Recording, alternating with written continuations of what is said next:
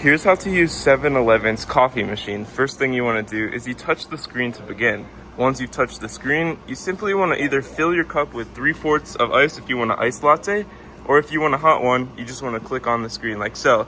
Once you've done that, you simply pick your size. I want a small, so I'm going to click on that. And you can choose your flavoring on screen. There's 3 flavors, or you can just get hot water right here if you want some tea over there.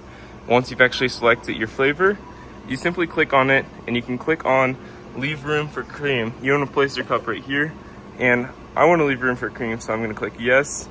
And as you can see, your drink will dispense once you click on the check. And you can see right here, keep your cup in the center.